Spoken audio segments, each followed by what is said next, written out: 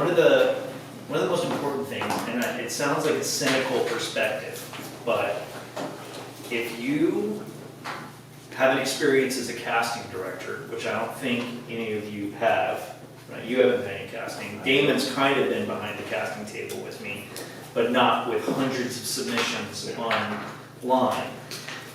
Again, it sounds cynical, but you start looking for any reason you can to discount a submission, to ignore it, right? So you start looking for reasons to say no, not reasons to say yes, because you're getting hundreds of submissions, right? And even when I start getting tapes, I'm literally looking for reasons to say no, right? Always. So I think the actor's job, first of all, is don't give the casting director any reasons to say no. And there's a lot of things you can do to make sure that doesn't happen. So some of the just standard practices of auditioning are really important for that reason. Because if I get 15 tapes and 10 of them use a solid background like this, right? Which is what you're supposed to do, is non-distracting of a background with your taped audition as possible, right? And 5 of them stood in front of one of these paintings, then I'm not even going to watch the 5. Like, there's a good chance I'm just like, watch the first 10 seconds of the audition, and I'm like, oops. Right? Another thing that I've been running into is if someone is recording themselves, a lot of people do their auditions on their phones these days. If someone's recording themselves in portrait mode, vertical, versus this, nope. Yeah, I mean, it's just, people are busy. I can't be the only, not the only asshole on the planet, right? So there's got to be other people that are casting directors that are saying, nope, this person doesn't know what they're doing, they don't know what they're doing, and they just keep kind of cycling through. So the ideal audition framing, to go through it again, is somewhere in here, okay? This is where you kind of want to be. Maybe a little bit more breathing room, right?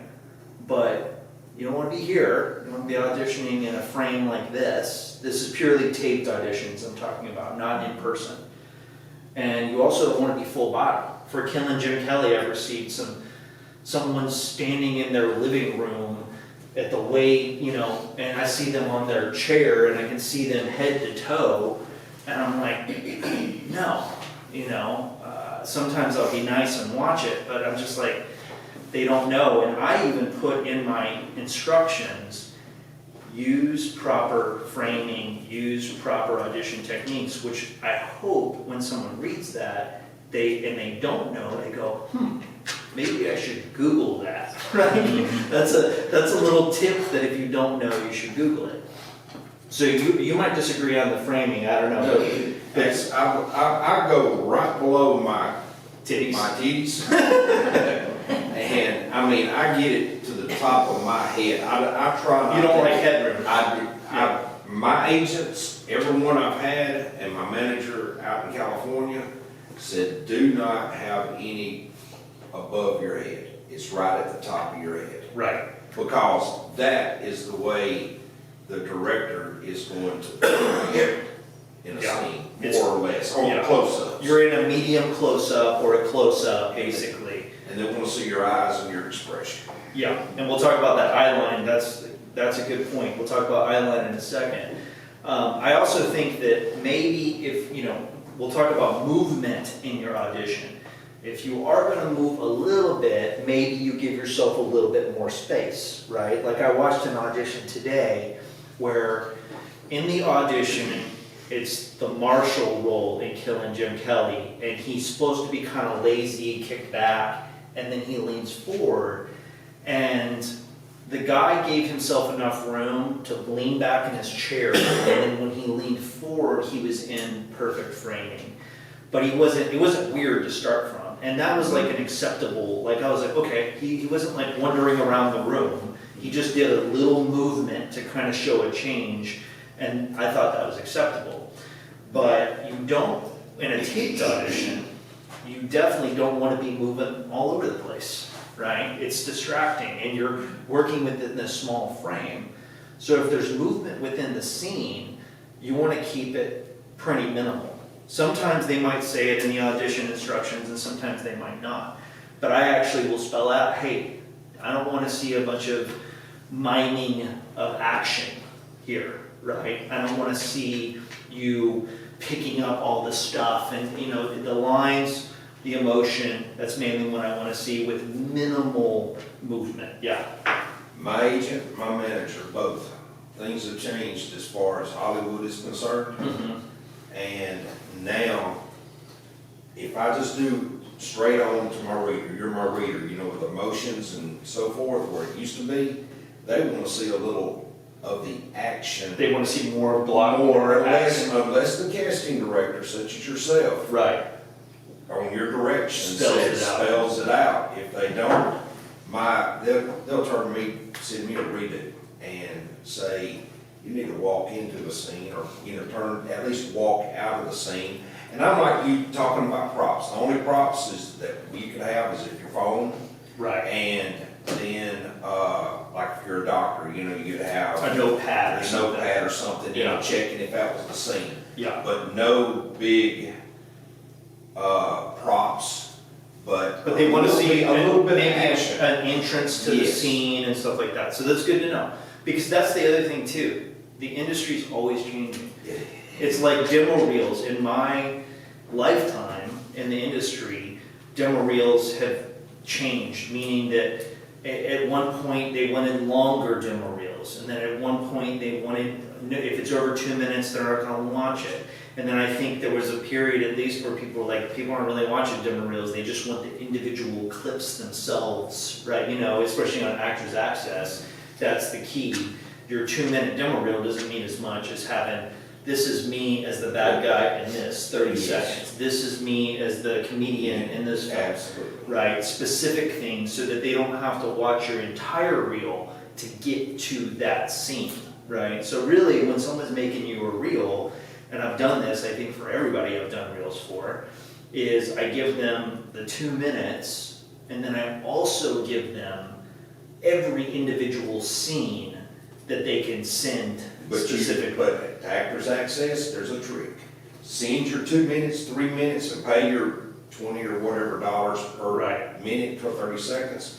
Then you can go in and clip them after that, and then turn around and don't save that, you know, the long clip, your Yeah. demo, if you've got 3 or 4, you might get it in 2 minutes, so you'd save $20, but delete that. Once you clip them, you can go right on in and clip each one of them, and you can go. So you don't have to do separate uploads. No. What Creek's It'll saying, save you a heck of a lot of money. yeah, what Creek's saying, and I'm not an advocate for Actors Access because I've been banned from it. Since it is one of the premier casting services, we'll talk about it. I think it's $10 or something It's per. $20 per 30 seconds. Yeah, per it's minute something or something. crazy. But he's saying you upload your 2 minutes and then you can clip that Right. within Actors Access, and that allows you to. And another thing to save money, do not put your slate on Actors Access. Do not put a slate on your headshots. It's a waste of money. That's just for the owner to make an extra $5. Right. And I've already heard that from California.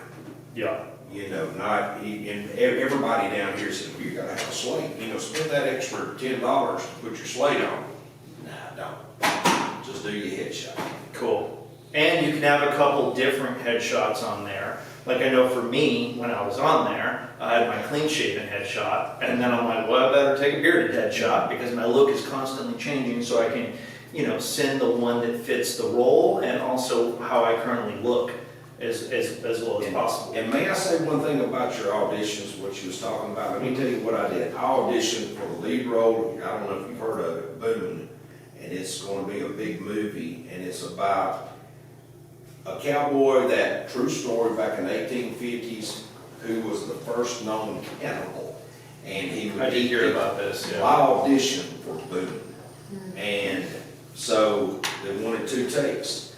And I had to be riding a horse.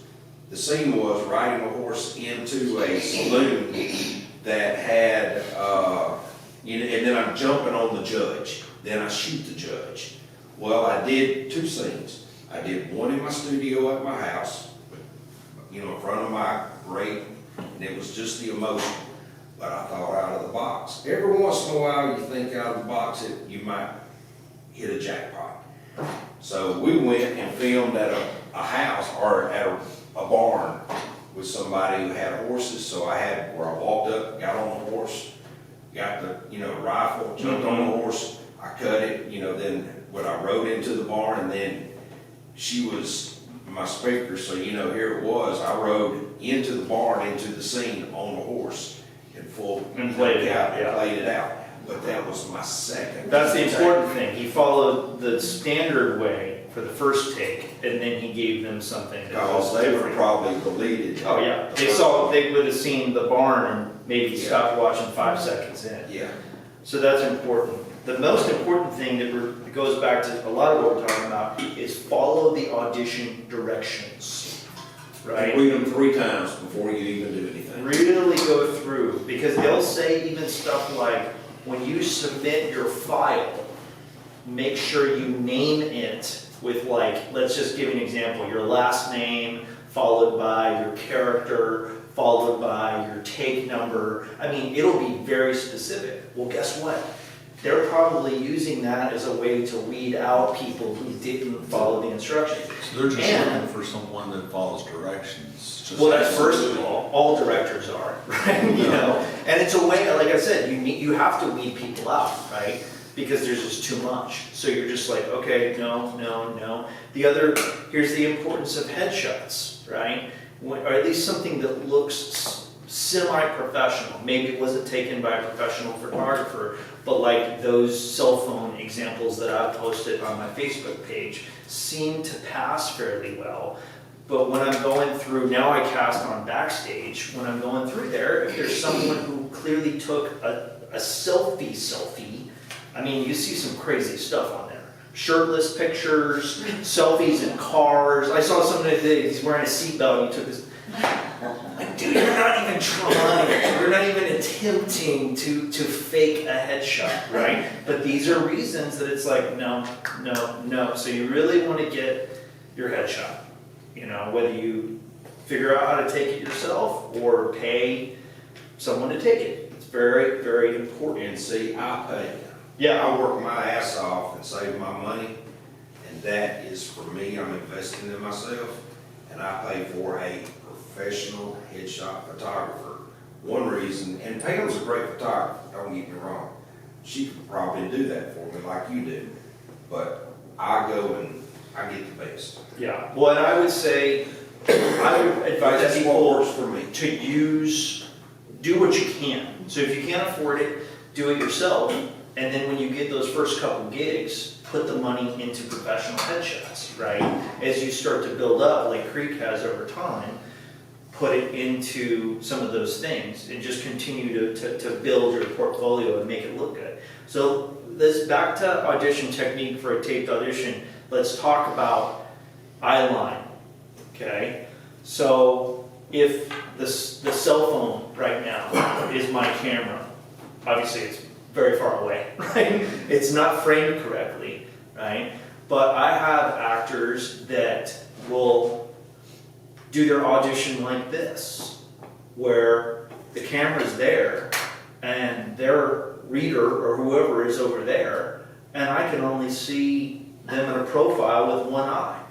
No, always, that's again, nope, not gonna pay attention to this. I should be looking pretty much as close to that camera without looking at it. We're not breaking the fourth wall, but you want your eye line to be close to that camera so they can really see what's going on in your eyes, okay? Now, sometimes that's a human being. Maybe let's say you have a real human being in the room that's helping you with the auditions. maybe you're really looking at them. When I've done auditions, let's say when my mom was my reader, I said, you stand over there, right? And I'm gonna look right there. Because I don't wanna think about my mom when I'm doing the scene. I just wanna look at a piece of tape on the wall and react to that and hear her voice, right? So it's up to you, but the eye line needs to remain consistent. And if you're not looking at a person, you should put a mark down, because otherwise your eye line will wander. You'll look down, you'll come back, and you'll hit a different spot, and they might notice that. Or it'll even be drifting in the scene. You don't have something, like I'm looking at the hinge right now. That's enough. I can look at that hinge and keep coming back to the same spot. Now, if there's two different people in the scene, what I like to do and what I also like to see is I like to see two eye lines. So maybe you split it. Maybe it's on the right side of camera or camera left, and then I look over there and it's on the other side. Now they see that I'm looking at both of those marks and keeping them consistent. And that's also telling the casting director or director, hey, this person kind of understands the camera. So eye line is super important. Definitely want both eyes looking straight, yes. And if your reader is behind the camera, have them read and stand perfectly still. Because naturally, if that, my daughter's a great reader for me, but she'll do this when she's reading. And you know, she's dancing around, and my eyes are doing this, which is going to be distracting for Yeah. the casting director. Yeah, and shifting eye line, another thing I see people, you gotta be, when you're auditioning and acting in general, you need to be aware of your body. It's not just your voice, it's not just your face, but your body. So a lot of new actors in an audition or whatever will do this. And I see people do this on TV all the time, like football coaches or politicians. I'm like, I want to grab them and say, I need to teach you camera technique, because they're shifting, you know, and it's really, you watch that in an audition, you're like, it's really distracting me, you know, and I would say, even if the character is like a nervous character, so you're playing with like tics and all kinds of stuff, you want it to be very controlled. You want it to be very intentional. You don't want it to just be chaotic and you know, looking all over the place necessarily. You want to pick those spots. Cool? So those are the main things for Island. Now, because we're not in a taped audition space right now, let's also talk about in-person auditions.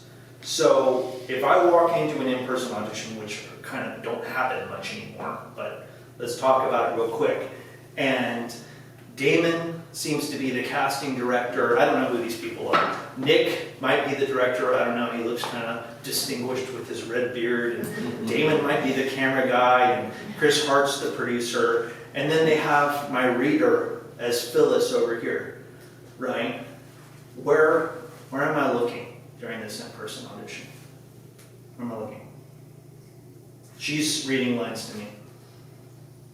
The director, They're filming it from back there.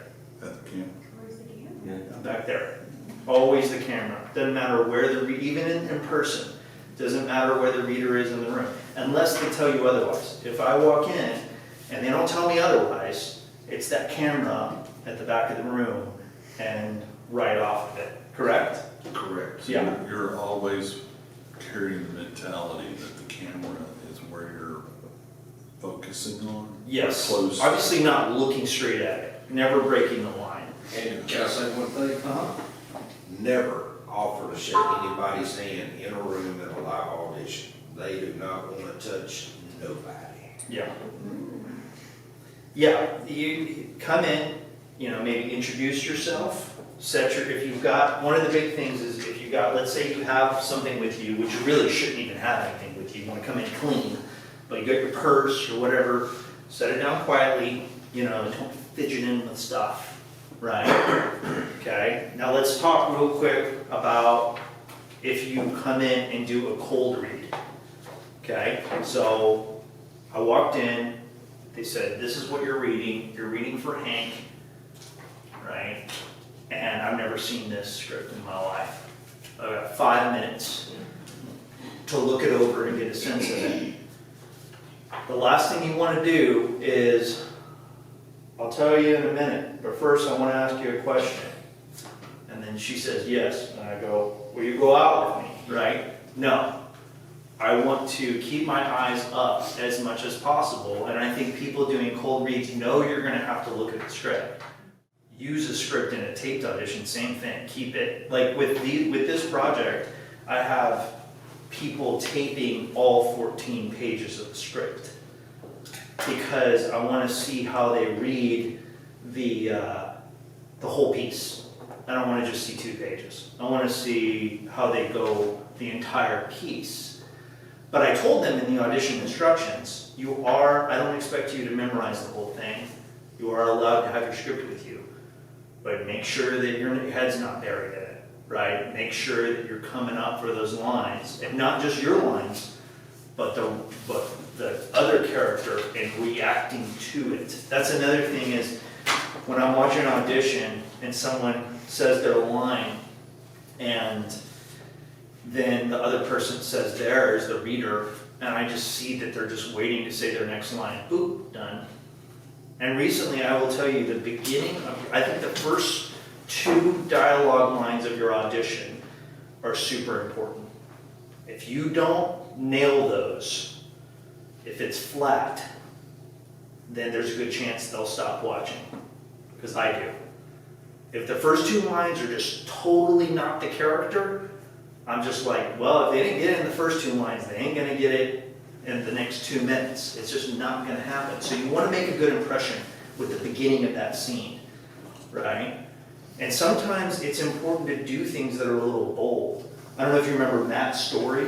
It was in Blood Country and Cornbread Cosa Nostra, but he did an audition for Killing Jim Kelly. And he definitely took one of the characters bigger than I thought. But man, he had my attention at the beginning of the scene because, you know, he slayed it, and then all of a sudden he's like, okay, right, like, you know, like, I was like, oh, I'm watching, right? And it fit with the character. Maybe it was a little over the top, but I was like glued to the screen the whole time. I'm like, what's he gonna do next, right? You know? And if those if the audition the sides say start here, and your line doesn't start here, I better see this part of the audition, and it better be interesting to watch before your character speaks. So it could just be you just reacting to Yeah. someone else, Yeah. starting out the Be in the game. moment. Yeah, be in the moment, be in the present, really connecting with what that other person is saying or doing. And we'll talk a little bit more about scene work being like some tricks for that, right? And can I say something about where you can be, I hate to keep interrupting, but where, you know, if it comes down here, your line's down here, make sure your reader, and Pam is a great reader for me. I told you my daughter's a great reader, but I have had readers that, like this, what can I get for you? Or what can I get for you? You know, it's not like, what can I get for you? You know, the reader needs to give us actors something to feed off. Well, and I think that's up to you, right? Because you like a reader that you can play off of. Some people like readers that are not playing off of. It's just monotone and they're doing 100% their own thing. So I think you dictate that with your reader. Now, another, you know, since we're on readers, do not submit an audition with no reader. Period. Okay? I get people asking about it and I'm like, absolutely not. I will not watch an audition that does not have some kind of reader. Now, if you don't have anyone in person, Zoom, Facebook, FaceTime, I mean, do whatever you gotta do to get your old college buddy, your mom, your daughter, whatever it is, to read with you, okay? If you don't have any friends on this planet, right, then you can record yourself, I've done this, and use yourself as the person. Now, when I did it, I've seen some people do it where they record the other lines as one take, and with thinking of where they're gonna need their spaces for their lines. But I think that kind of limits you a little bit in terms of timing. So what I've done for a couple auditions is like, I'll be recording on my phone and I'll have this right below the phone, and I'll just have my arm non-distractingly on the space bar, and I play the audio, play the line, click it very softly to pause it, then play it again, and that still gives me something to respond to. But I don't watch auditions where it's just the person saying their lines and there's nothing coming back. And I would imagine that most casting directors are the same way. So, we're gonna do a couple auditions. Let's see, we're at 7. We're gonna do a couple auditions. Who wants to volunteer? So that experiment didn't work, because what I was gonna do is I was gonna pick on the person who didn't raise their hand, but no one raised their hand. So it did not work. So Pam, you're up. I raise my hand. Exactly. Okay, so come up here, right? And because taped auditions are kind of the main way that people audition these days, right? You're going to pretend that you're in a taped audition. You're going to pretend that that is the cell phone is your camera. I know it's a far ways away. I want you to put your eye line at the hinge. Okay, it's right behind it. I'll point to it, right? And I want yours. Now let's talk about slating real quick. You know what slating is, but maybe not everybody does. Let's review it real quick. They'll ask you to slate in front of most auditions. Might be a separate video, might be part of the same video, but the slating instructions are important. So if they say your name, your height, where you live, then you better get those 3 things. And also remember, this is your first impression on the casting director. And normally you say that straight to the camera. My name is Travis Mills, I'm 5'10", and I don't know where I live. In my car, I guess, right? Okay? And then you take a beat. If it's in the same take, you just take a beat and then go into your scene. Now, can I say one thing? Mm-hmm. All mine are all separate takes. You do your Slate. scene 1, you do your take 1, take Yeah. 2, and then your slate is always, sometimes they'll say do it all Yeah. in one take, but 99.9% they want it separate Right. instead of Well, going right into that. Follow the instructions. That's the key. Yeah, a lot of times I do it in the same one unless they say otherwise. One reason I like doing it in the same one and seeing it also in the same one is I like seeing the person go from Creek Wilson to the character, right? So that's my preference. But I also don't specify it in my auditions. So if someone slates separately in a separate video, that's totally fine. Okay, I want, Chris, will you read Hank for her, Elsa? And we're only going to the 4th page where it says 2. Okay, we'll only go to there. Okay? So go ahead, center of the table. I want your eye line right there. Okay? All right. Slate first with your name, your height, and where you live. Hello, my name is Pamela Harold. I'm 5'9". I'm from Jasper, Alabama.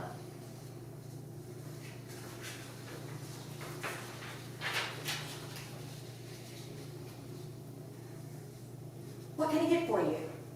I'll tell you in a minute, but first I want to ask you a question. Yes? Will you go out with me? Excuse me? I'm asking if I can take you out sometime. You mean like on a date? Yes, that's what I mean. Just like that? Yes, that's right. No, I don't think so. No? That's right, no. Why not? Are you married? Do you have a boyfriend? No, not married and no boyfriend either. So what's the problem? The problem is, I don't know you. Sure you do. I come in here often. What? Once? Twice a week? To me, you're a customer like everybody else. That's all, just a customer. So what are you saying? If I come in here more than twice a week and tell you my name, you might consider going out with me. I don't know. Now, are you ready to order, or should I come back? Yes, I'm ready. My name is Henry. Most people call me Hank. You are a persistent person, aren't you? Can't help it. I'm attracted to you. Why me? Why not one of the other girls? That should be obvious. I'm smitten by you.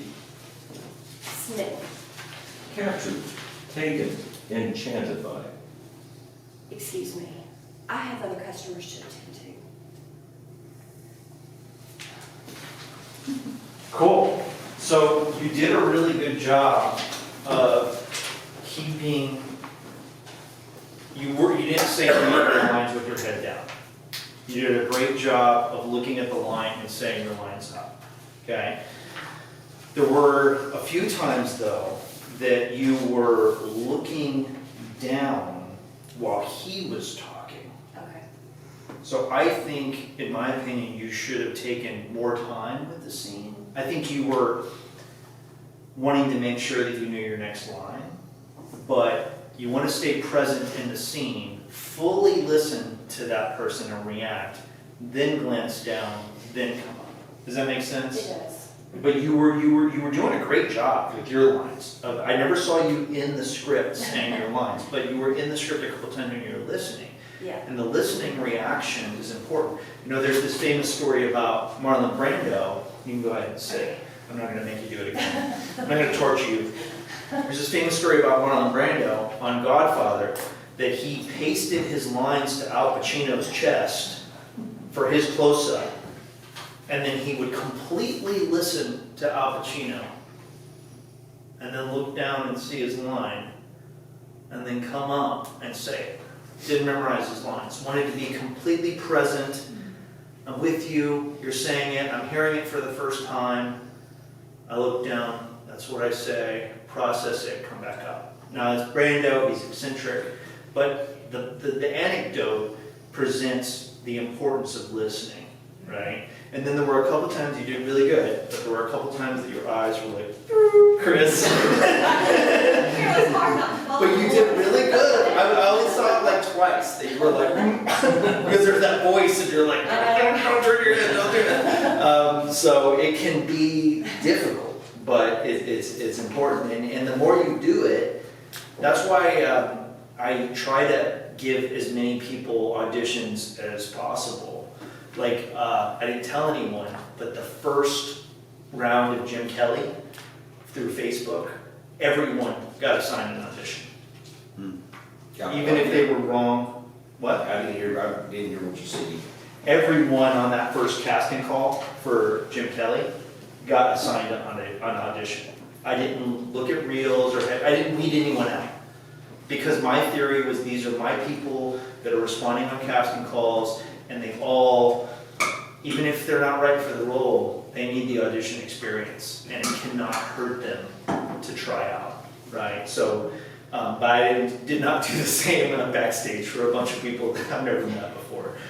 So it always helps to audition and practice, and obviously to practice. If you're not getting auditions, you should still be practicing as much as you can. Okay, yes. I was looking on YouTube, some of these acting people, and he said you should practice audition almost every day, you know, just Yeah. Yeah. to learn how, you know. Well, it's like being an athlete. You can't just go play the game Yeah. if you sit on your ass Yeah. for 2 weeks. You're training every day, right? And I work with several actors that I think they have a lot of potential, but I think between movies, they don't do anything.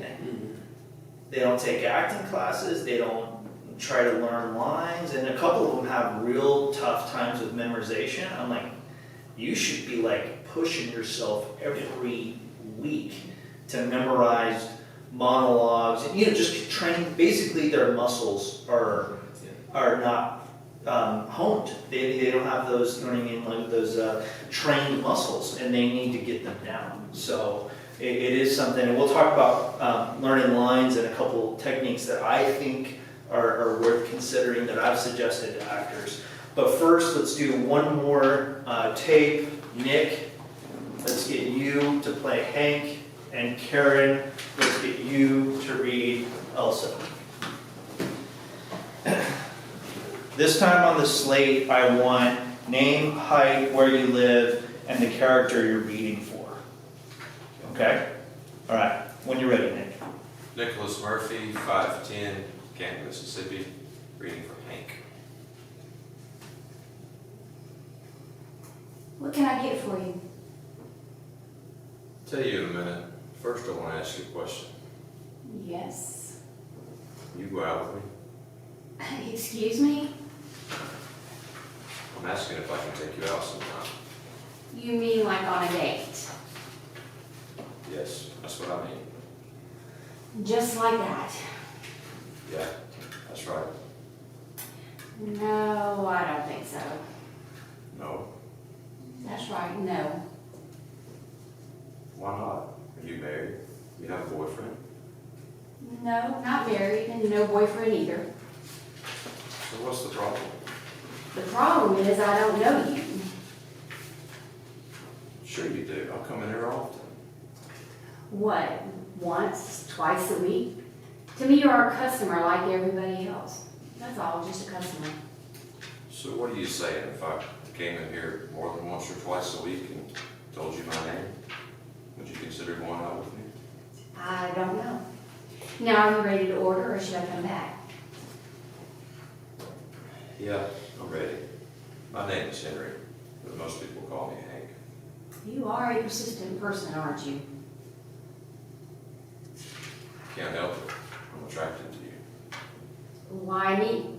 Why not one of the other girls? It should be obvious. I'm smitten by you. It's smitten.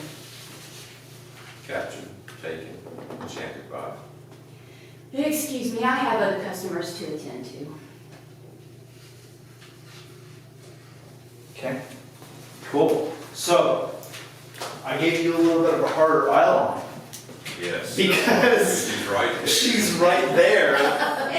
And, so you were going back and forth more because it was harder, but it's important to train yourself for that too. Now, you also did the same thing she did, where you would look down at this sometimes while she's speaking. Yeah. And I guarantee that both of you probably didn't even realize it in the moment.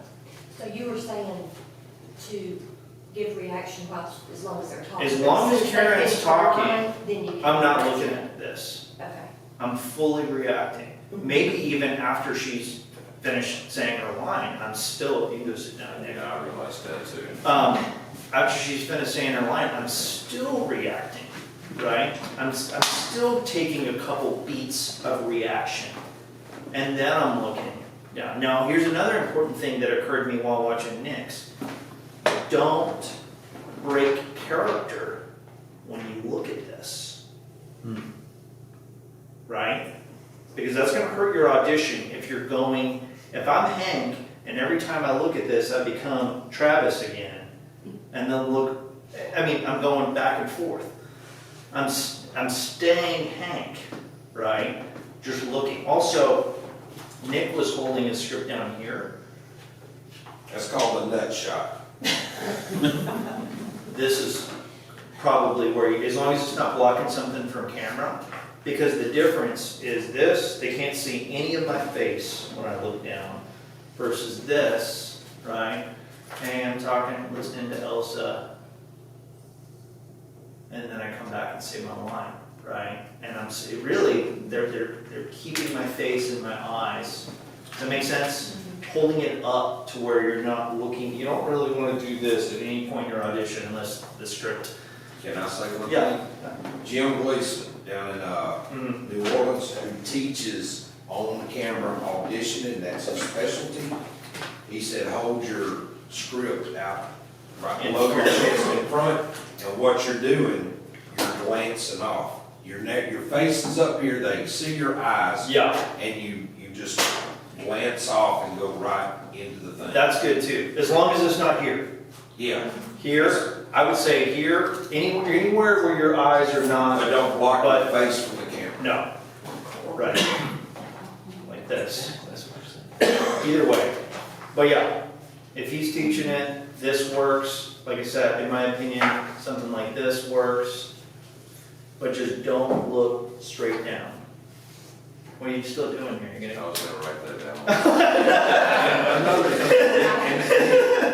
Another thing I saw, they always say, don't have your papers stapled together and flipping them over.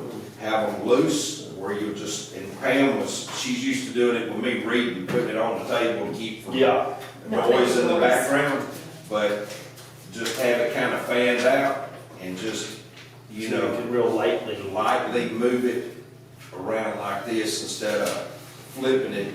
Noise is distracting also. And you're not concerned with this and flip into the next page. This doesn't take priority over listening to the other Right. person. That's the important thing. Like I can even see you, you're like, you gotta flip the page, but it distracted you from one of Hank's lines.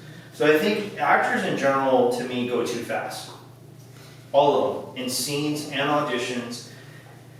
And it's hard because you probably don't feel like you're going fast, but you can always remind yourself to take more time. And I always tell actors, look, if you can hold that silence, that's kind of like powerful, right? That thinking silence. It's not dead space, because I'm sitting there reacting and thinking, maybe I'm looking at Elsa, maybe I'm amused by her casting director say for a few seconds, like, what's this guy gonna do next? He's not.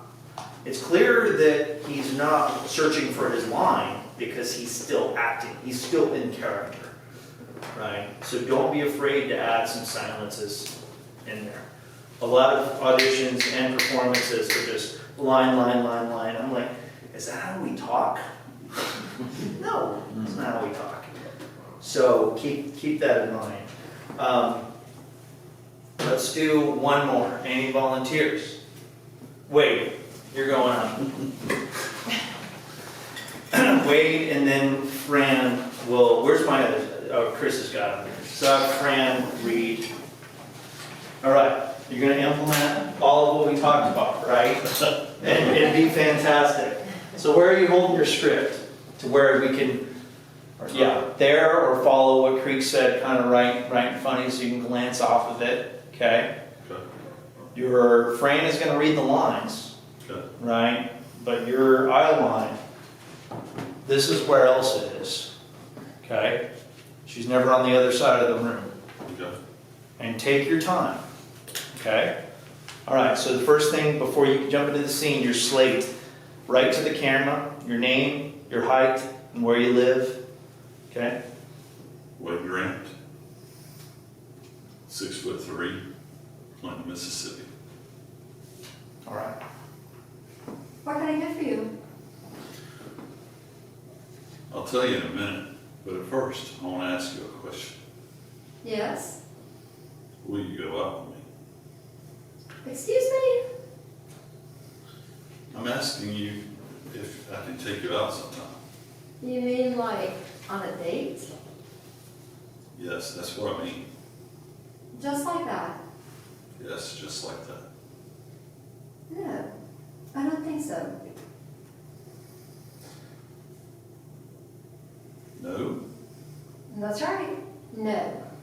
Why not? Are you married? Do you have a boyfriend? No, not married. And no boyfriend either. So what's the problem? The problem is I don't know you. Sure you do. I come here in here often. What?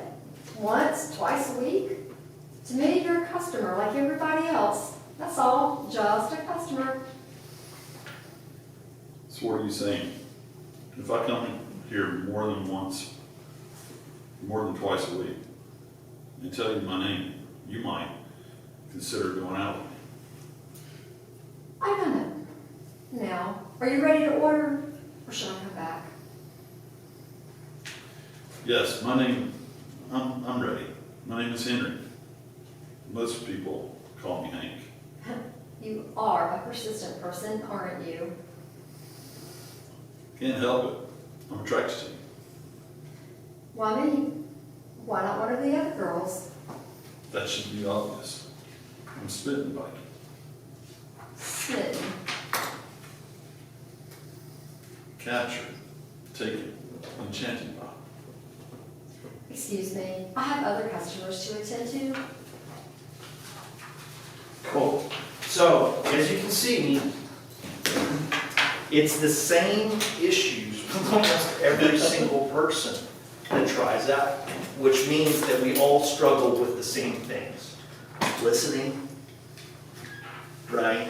Not getting buried, and that script that started up here slowly started. I felt myself. It was very heavy, and he could not keep it up. It started to sink down, right? Now, cold reads are really different. It's totally different than if you had it memorized, right? Okay, I want to do, we'll move on to scene work, but I'm going to bring some of you back up for the scene work. So, let's talk real quick about learning lines. To me, I hear actors all the time say that, well, I learned, I'm working on this, my friend Brianna's film, Rainbow, and we have this guy, and he's like, oh, all the lines sounded great when I said them in the mirror. Okay? He learned them all perfectly in the mirror. And well, what's the main problem with that? Any guesses, Fran? No, but from my personal experience, learning in the mirror and see it like doing it on camera to get a playback on myself, it's just not the same. I just get a whole different view of myself if I talk to the camera as opposed to talking to the mirror. And I don't know what the right answer is, but that's what I experienced. Well, there's no necessarily right answer. I want to hear your perspective. Right. Nick, what do you think might be problematic about only learning your lines in the mirror? I've never done that. For reference, but I don't think you should react to your own face. Maybe, I don't know. There's no It would be a reaction. negative feedback, I would think. Right. So you're looking at yourself and you're distracted by your appearance, the way your face is moving. You're falling in love with how awesome you are. Right? You know, you're not interacting with someone else. Obviously, I think at some point in your scene work, you should be working with someone else, right? Ideally. But let's pretend that you don't have someone else. One of the problems with working memorizing in the mirror is you're not doing anything except saying your lines. And then all of a sudden, you're on set, there's a camera, there's all these people, and they're like, walk over here, say this line, then walk over here, pick this up, and say that line. And you fall apart. Because you're like, I'm not in the mirror, right? In the mirror, I was standing still and loving how cool I looked, right? And now you're doing all these other actions. One thing that I suggest to actors who are struggling to memorize their lines, or at least I see they say, hey, I had them all down and then I fell apart, is do your lines, rehearse them while you're doing activities. While you're driving, while you're washing dishes, while even more complicated activities. And then if you can say your lines while you're doing an action, you really know them. Okay? Another thing is people, I think, tend to practice the sound of their lines too early. As they're learning their lines, they're practicing how I'm going to say it. Now, you all have to make this decision for yourselves. But when I learn lines, try to remind myself, don't worry about how it sounds yet. Just get the words down. Boom, boom, boom, robotic. And I learn them from the first line. So I say the first line until it's down, and then I say the first and second line until it's down. And then I say the first, second, and third line until it's down. And I once did this with a 60-page script full of speeches. When we were done filming the movie, I said, can we do just one take where we say the whole thing? And the other two actresses were like, I hate you. No way. We're not doing that. And I was like, I'd say the whole 60-page script right now. Because the words were, that's how I learned it. I literally could say every scene robotically, blah, blah, blah, blah, blah, blah, blah, blah. And I always tell actors that on set too, right before, if I'm working with people that I know might not know their lines, I say, get in a little huddle and say your lines to each other real quick.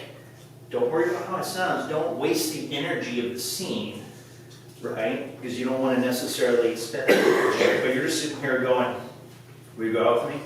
Excuse me. I'm asking if you can take you out sometime. You know what I mean? It's just not doing anything. I'm just refreshing myself of the words. Okay?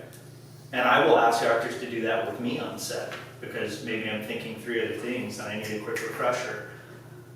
Let's battle back and forth real quick. So those are some things. Do action while you're learning the lines. Learn them one at a time. It's be able to say all of them, and then don't get too caught up with the sound of them.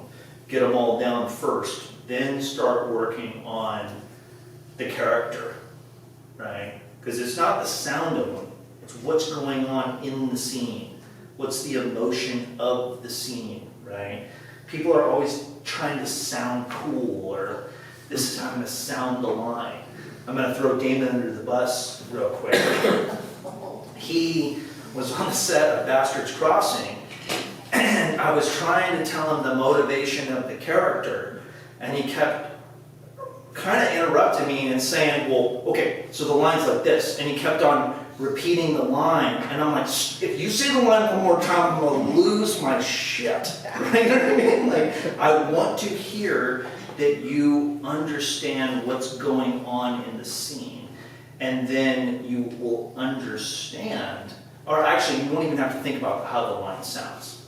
It's just going to flow, because you have the feeling of the scene. And he and I were talking about last night when he did his character in The Wilderness Road, he understood that. And the lines did flow. He understood the scene. He was in the scene with Creek, and it was just, he was that character, and he wasn't going line by line by line. And he did great. He did great. Yes, it was his best role so far. Thank you, thank you. So that's super, super important. Travis, Yes. if you don't mind, for myself, I write.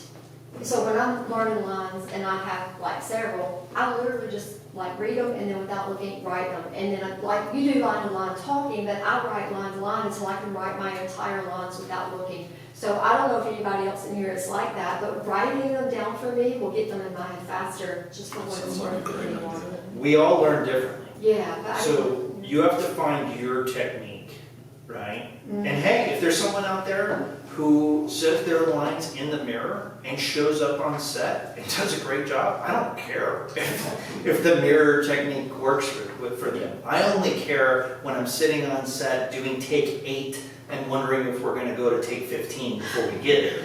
Then I could talk to the actor and say, let's talk about your process, because it's not working. What's your process for learning lines?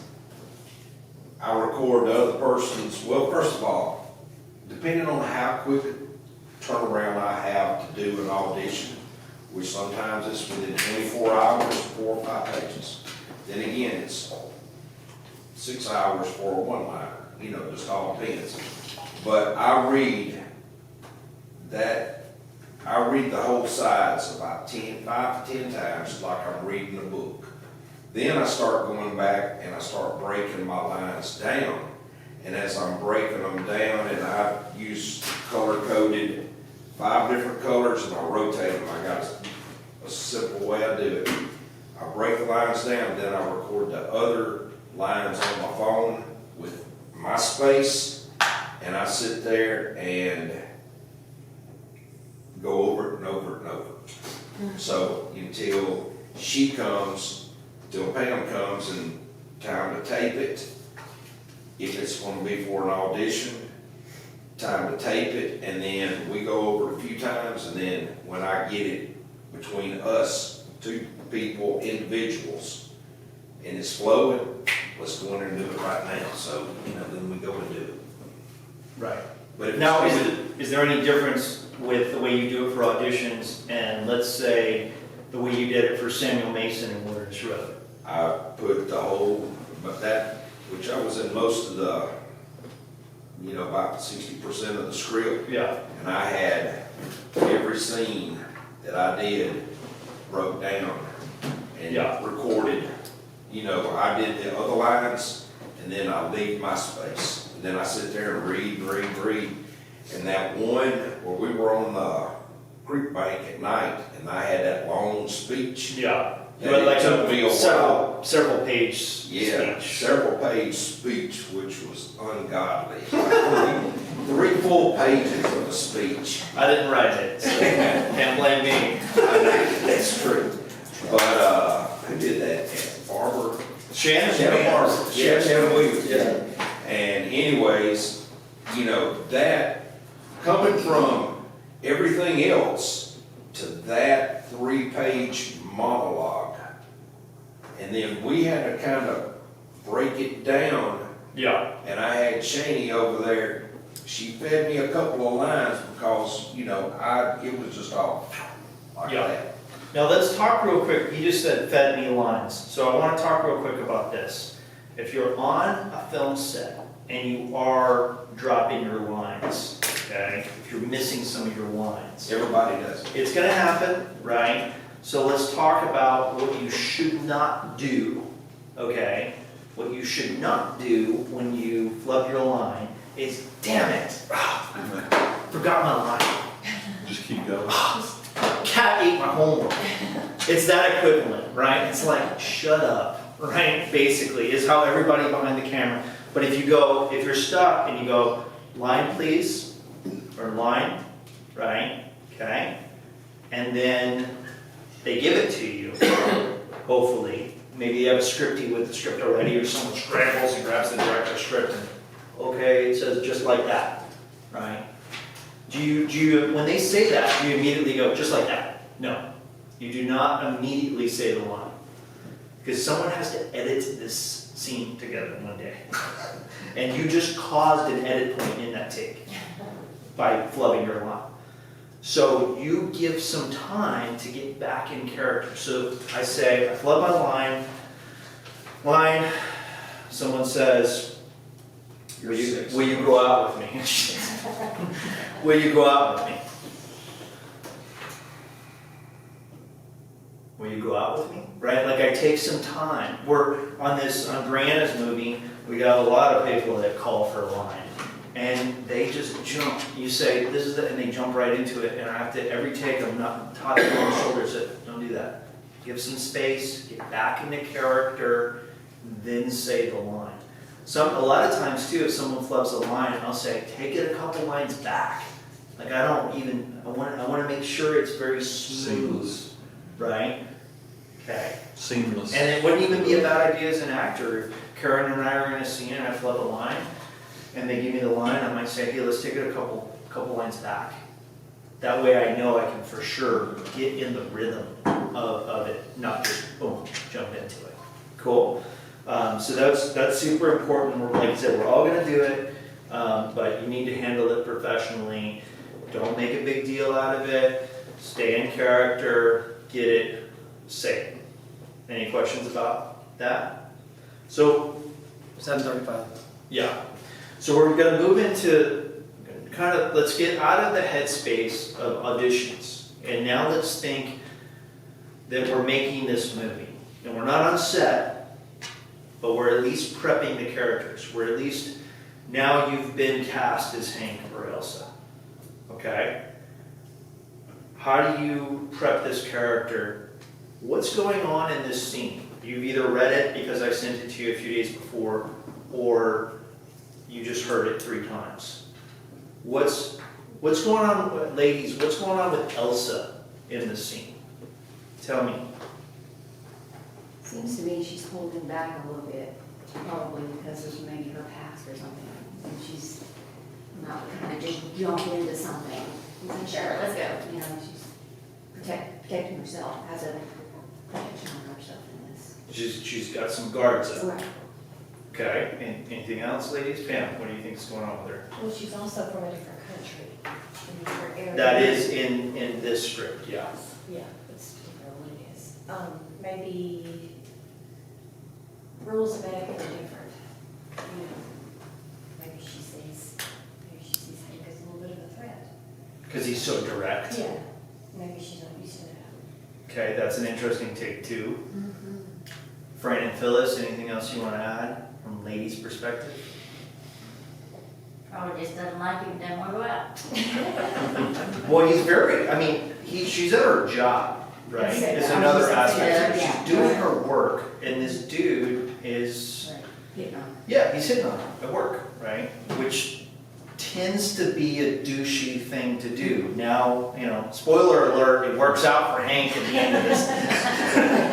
Okay, but it's not, this is not a PSA for how to pick up girls, right? You know, like, so those are the kind of questions you're asking yourself initially. What's going on with this character?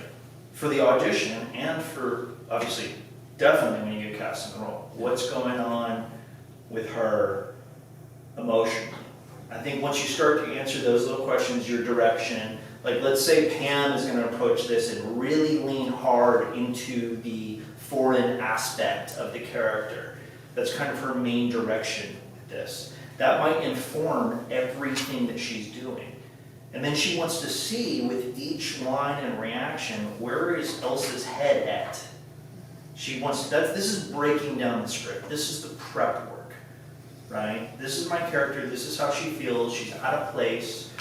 This American is being very direct, right? And then Karen approaches it differently. Karen says, it's all about her past. It's all about these walls she has up in past experience. So when he says something, it might be a trigger, you know? It might trigger a memory.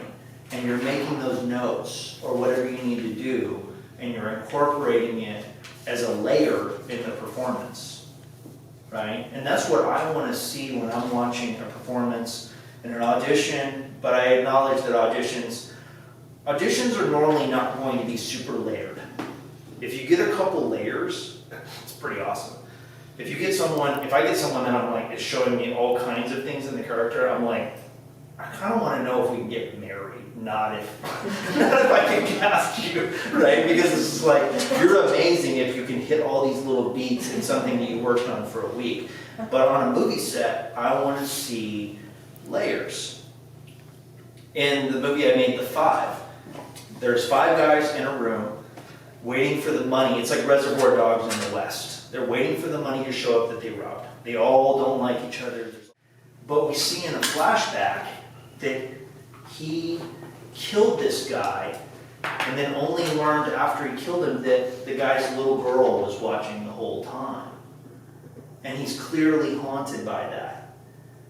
So how does that connect with his big obnoxiousness in the cabin? Well, if I was playing the role, I would have said he's trying to cover up. He doesn't want to think about it. So he's being this obnoxious thorn in everybody's side so that he doesn't have to sit there quietly and think about what he did. Now, the actor who played it I don't think they really thought too much about that. So the performance didn't really have that key layer. And that would have made it more interesting. Instead, it was just more of an obnoxious character who is interesting to watch, but we don't feel for him, we're not moved by it. Does that make sense? So, Min, what's going on with Hank in this scene? What's going on with Hank? I should have asked him first. Well, let me give you my take on it. I'm worried. As soon as I looked at you, I'm like, why am I asking him? Well, he could be desperate, but then again, he could be a playboy, to a degree. But then again, if you read the whole script, he's learned from past experience. Shit, if you want something, go for it right then and there. Don't wait on it. Right. And that's the difference too between if I sent the first 3.5 pages of this to audition versus the whole script, you're going to approach it differently in an audition. You might play him desperate because you only have this to go on. But if you have the full script, you're clued into other things, which is again why with this piece, I want to see someone read the entire thing because I want to see it all. I want to know, someone told me that casting directors, a lot of casting directors, agents, managers tell you if you get sent a casting call, submit as quickly as you can. I understand that's the industry standard. One thing I will say is I sent one of these 15-page scripts to someone, and within an hour, got it back. And I wrote them back and said, I gave you a week, and you sent it to me in an hour. I have not watched your tape yet. I'm not gonna watch it until the week's done. But because I know you, I just wanna tell you, if you'd like to spend some more time with the script, really understanding what's going on, I'll look at a second tape. Well, I would never do that. If it was a If week. you give me a week, which sometimes I get a week, sometimes I get, 2 or 3 weeks, for an audition, and then they send me the whole script. Yeah. And I read that before I even look at my sides. Forget it. I know what I'm auditioning for, but they send me the whole script and it's 110 pages. I read that script 2 times, Yeah. like I read a book, and get a full sense of the character. Then I go back and I look at my sides, and then I know where that scene is, and I kind of go back and break down that character. But as far as if I get a week, Pam knows that I want to get it done as quick as possible, and within like the 3rd day. Yeah, you don't want to submit it immediately if they give you a week. You don't want to submit it at the very end, the last day. And not only does that make you look like you were a last minute person, but what happens if the last day your life goes to shit? And then you miss the audition. That's another reason to plan on maybe 3 days into the week, right? But yeah, if they give you something of substance and someone sends it right back, I'm like, Well, for instance, if they send me this audition on a Thursday, Wednesday or Thursday, I have till next Monday. Well, I know I work, I do stuff, construction and everything else in between. yeah, And so Saturday and Sundays are my days to do the audition. We may have planned to go out of town that Saturday. Well, nope, we don't go out of town. right. My audition comes first. And if it's 3 or 4 pages, we try to do it on that Saturday or Sunday. A lot of times now I get them where they're due on Sunday at noon. But my agent, a lot of times, it might be really on Monday. She wants it early. She wants it early. She sets it 24 hours early, Right. where she can have time and make sure that all of her talent gets the auditions in. And I will say that here's the one reason they probably want you to get it in. If the casting director is watching them as they come in, right, which I don't really do, to be frank with you. I say the deadline's this, and I don't watch a single tape until after everything's submitted. But let's say they are. Let's say Nick tries out on day 2, and Nick's really good, right? Then everybody else that submit is competing against Nick and getting compared to Nick. And then again, that's happened with Killin' Jim Kelly, because I am watching them a little bit more. I'm setting different deadlines as I go.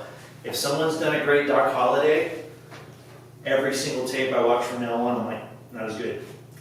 Because I'm like, I got my top contender, so you got to beat that top contender. So that there is a reason, there is a method, a good purpose behind getting it in quickly.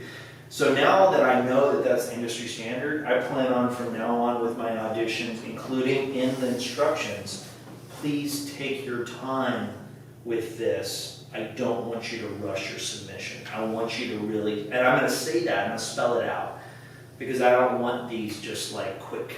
I want someone to really study the script. But now I know I have to spell it out as a casting director. Okay, so Nick, you were going to say something about Hank. What was your perspective on Hank? I was just thinking Hank didn't have anything to lose, and he feels he can wear the scout down, is what I got out of it. He'll just come in every day and keep asking him until she says yes, he's fine with it. Right. Has he been watching her for a while? I feel like it. He's been thinking about it for a while? Oh, yeah. Is she special to him, or did he just pick her out of a hat? I think he's just been watching her and thinks he has a chance. But is it specifically her, or could it be any of the servers? I think her, just from what I've been able to see. Right. These are really important questions, right? Because if it's any of the servers, the character is going to read differently. If it's specifically Elsa, this dude goes home and thinks about Elsa, right? So that informs everything that you're doing. And what you're saying, Nick, is, to put it kind of in a perspective, make a backstory for that character, like what you just did. He's been coming in here, what, 2 or 3 months, for a while, and he ain't as quick, he ain't on the ball as like he said he was. He'd been kind of sitting back eyeballing her, sitting in that same booth, every time, or up at the bar, whatever. Yeah, so he brings up a good point, backstory. Does every character need a backstory? Not necessarily a literal one, but if they don't, what I'm saying by literal is how, has he been coming in here, has he been doing this stuff? Where is he from? Where, you know what I mean? Where did he go to school? However deep you want to go. If you're not going to have a literal backstory, you need an emotional backstory. So I think that Karen could probably play Elsa successfully without even knowing how long she's been on that job, as long as she has an emotional backstory. So if she leans into her past history with men, and she's relating back to specific things that hurt her, maybe invented, or maybe things that happened in her own life, then the details, she might not be able to write us a biography of Elsa, but she knows her emotional journey. And I think the emotional journey, knowing that, is more important than the literal, this is where this person was born, and yada, yada, yada. Does that make sense? And their relational history, their relational backstory. That's also super important. What is my history with Demon? Well, he's worked on all of these films, right? And there was a point during Wilderness Road that he wanted to kill me, right? Or whatever. It's what is our interaction? What's the history that we bring to it? Cool. And in this case, obviously, there isn't much history between the characters, between them, but they have their own histories. Does all that make sense? Super, super important. Okay, so let's do the scene, okay? Nick, we're gonna do the redhead, Hank and Elsa's Karen and Nick. Red, right? Okay, and I want you to come up here and do the scene. Now, I know that we're standing and sitting and all that stuff, but because we have an audience on Zoom, right, we're gonna keep it, I'm saying in the normal one, it would be like, here is, Hank seated, right, and here is Elsa. But let's try to open it up a little bit for them, right? So let's keep standing, right, and you're gonna interact with each other, but I want you to stay as open, and I'll talk about camera technique. I want you to stay as open for camera as you can while still interacting with each other. So like if I'm here and he's there, kind of not necessarily looking at him. You can look at him for your lines, but you don't have to look at him for all of your lines. I don't want you to do this. Cheat to the camera. Cheat to the camera. Open up. See Like the I'm thinking about what the he difference said. between this and hi, right? Now they can only see this side of my face. So try to cheat as much as you can. Should he make upward since he's in the booth? Well, he's just gonna cheat for the camera, right? Yeah. Now, Nick, because we've already seen your interpretation of Hank, and it was very Nick, meaning it was very subdued, subtle, like you were gonna murder her when you got her home. Okay. I want you to challenge yourself as a performer to be a little bit bigger with it. Okay? Be just a little bit more schmoozy. Not big time, just amp it up a little bit, okay? And I'm gonna remind you guys again, listen to each other and take your time, okay? All right, hang on a second. I'm actually gonna move this, because we're not, move this a little closer, so we can actually see them a little bit better on Zoom. Let's get now we got a two-shot. Yeah. Okay.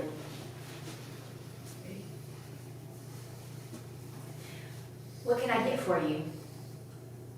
I'll tell you in a minute. First, I want to ask you a question. Yes. Will you go out with me? Excuse me? I'm asking if I can take you out sometime. You mean like on a date? Yeah, that's what I mean. Just like that? Just like that. No, I don't think so. No? That's right. No. Then why not? You married? You got a boyfriend? No, not married and no boyfriend either. So what's the problem? The problem is, I don't know you. Sure you do. I come in here often. What? Once, twice a week? To me, you're a customer, like everybody else. So what are you saying? If I come in here twice, or will you tell you my name? Then you go out with me? I don't know. Now, are you ready to order? Or should I come back? Yeah, I'm ready. Most people call me Hank. You are a persistent person, aren't you? I can't help it. I'm attracted to you. Why me? Why not one of the other girls? That should be obvious. I'm sitting by you. Smitten. Captured, taken, enamored. Excuse me, I have other customers to attend to. Okay, all right, pretty good. You did better with listening to each other. Still looked down a couple times when the other person was talking, but much, much better. We're gonna go again. Okay. Don't hand this out, hand this to me yet. Okay, I'm gonna switch the camera, we're gonna focus a little bit more on her, because that camera angle favored you a little bit more. This time, okay, we're on set right now, and that wasn't quite what I was looking for. I see him as being pushy. Okay. He's pushy to the point where it's a little uncomfortable with his pushiness. Okay? He's that guy. Okay. Be that guy. You got me? Okay? Be pushy. Not sweet Nick, pushy Nick, right? College Nick. Just kidding. Okay. I want to see layers, at least a layer of your past history on this. I'll watch you more closely. I want to see you having some PTSD about your history with men. Okay? Cool. All right. And action. What can I get for you? I'll tell you in a minute. First, I want to ask you a question. Yes. Will you go out with me? Excuse me? Will you go out with me? I'm asking if I can take you out sometime. You mean like on a date? Yeah, that's what I mean. Just like that? Yeah, that's right. No, I don't think so. No, That's right. No. why not? You married? Got a boyfriend? No. Not married, no boyfriend either. So what's the problem?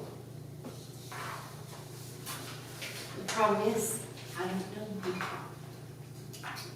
Sure you do. I come in here often. What? Once? Twice a week? To me, you're a customer, like everybody else. That's all. Just a customer. So what do you say? If I'm in here more than twice a week, and I tell you my name, then you might consider one other. I don't know. Now, are you ready to order, or should I come back? Yeah, I'm ready. My name's Henry. Most people call me Hank. You are a persistent person, aren't you? Can't help it. I'm attracted to you. Why me? Why not one of the other girls? It should be obvious. I'm smitten by you. Smitten. Captured. Taken. Enchanted by. Excuse me. I have other customers to attend to. Okay, pretty good. Pretty good. I don't know if you all can see it because I had a better angle in it, but she definitely brought some, she definitely had some moments where I was seeing, there's something going on with, she's thinking about it, she's relating to the past, right? Now, if we were directing you on set, I would say, all right, Nick, that was like, you turned it up 1, I want you to turn it up 11 on the pushiness, right? But that would just be, that's per, you went up incrementally, but I might want it to be, you know. Feel real creepy. Yeah. Well, and I'm just pushing you because the way you did it originally is probably more the way I see the character. But I want to see that an actor can go all kinds of directions. Sometimes I'll give them direction in an audition, not so much on set because I don't have time to waste, that is wrong. That is completely wrong for the character, right? Just to see if they'll do it and make a strong choice.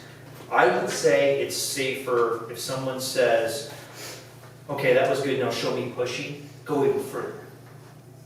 Go, what, you have a boyfriend, you married, what? You know what I mean, like, go bigger, especially in an audition. If you get 2 takes, right, Creek? If you get 2 takes and they say, I want to see this and this, or even if you're giving them 2 takes, some people send me 2 takes and they're exactly the same. Hey, can I say one thing? Yeah, you guys can go sit down. I'll torture 2 other people now. I just did an Action. What can I get for you? I'll tell you in a minute, but I want to ask you a question first. Yes? Will you go out with me? Excuse me? I'm asking if you'll go out with me sometime. You mean like on a date? Yes, that's what I mean. Just like that? Yes, that's right. No, I don't think so. No. That's right, no. Why not? Are you married? Do you have a boyfriend? No, not married. No boyfriend either. So what's the problem?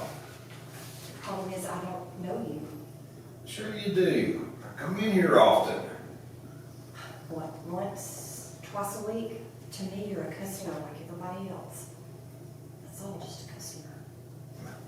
What do you say? If I come in here more than twice a week and tell you my name, you might consider going out with me? I don't know. Now, are you ready to order? Yes, I'm ready. Hey, my name's Henry. But most people call me Hank. You are a persistent person, aren't you? Well, I can't help it. I'm attracted to you. Why me? Why not one of these other girls? Well, that should be obvious. I'm smitten by you. Smitten? Captured. Captured. Taken. Enchanted by. Excuse me, I have other customers to attend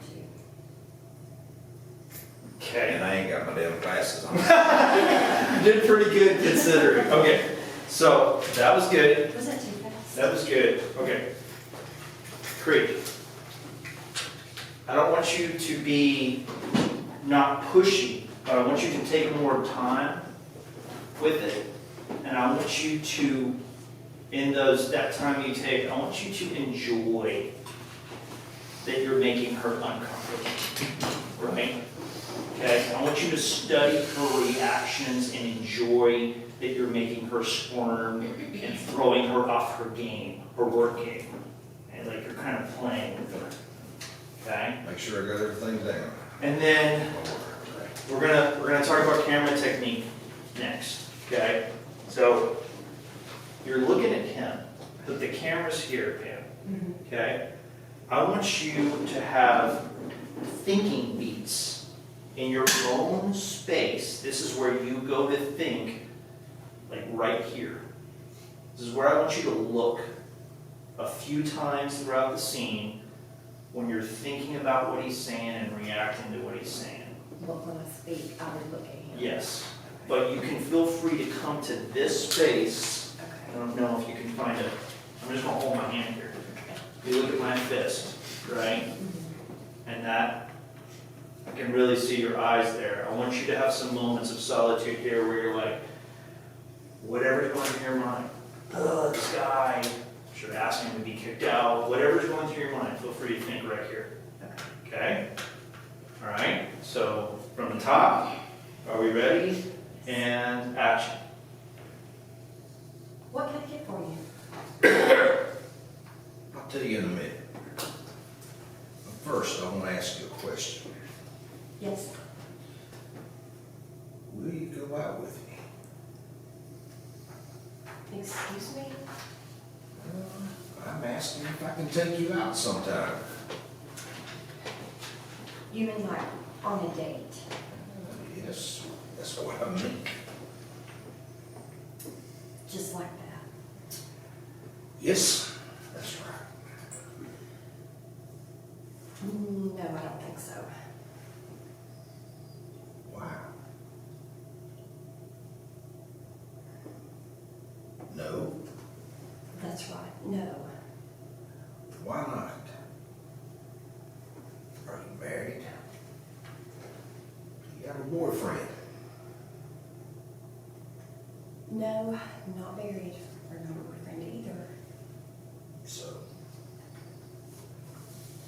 what's the problem? The problem is, I don't know you. Sure you do. I come in here quite often. What, once, twice a week? To me, you're a customer like everybody else. That's all, just a customer. So what are you saying? I come in here more than twice a week, tell you my name. You might consider going out with me. I don't know. Now, are you ready to order, or should I come back? Yes, I'm ready. Hey, my name's Henry. Most people call me Hank.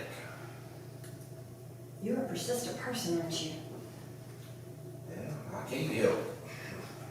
I'm attracted to you. Why me? Why not one of the other girls? Well, that should be obvious. I'm smitten. Smitten? Yeah, I'm captured. Taken.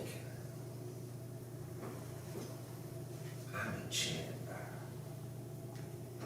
Excuse me, I have other customers to attend to.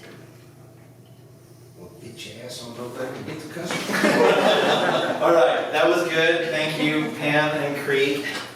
Okay, I'm going to, so if we were doing that scene, I think first of all, before I lose my train of thought, can you see how even the smallest direction, even with a scene that they haven't prepped, is completely changing? Like, that was a completely different read, especially from Creek, with one note, totally changed the character, okay? So all of these little decisions you make and then what the director gives you is totally changing things, okay? If I was directing that scene, keeping the same notes, I would have said, Creek, I want you to be even a little bit more playful and devilish with your decisions. And I saw it the most when he said enchanted and all of that. He was having fun there. He was, but I would say turn it up a little bit. Now, Pam looked to the side for her thinking beats, but she didn't really look at my fist, okay? She was like here, looking at Creek, and she came out to like here-ish. But she didn't look all the way at my fist or the thinking beats. Now, what would be the problem with that camera-wise? You have some face and emotion. I only saw one eye. When she came out and thought out here, I saw this eye, but I didn't see both eyes, right?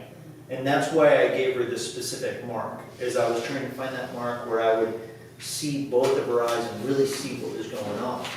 Another thing is that, again, this thing about going fast, when you have those thinking beats, they happen really quickly.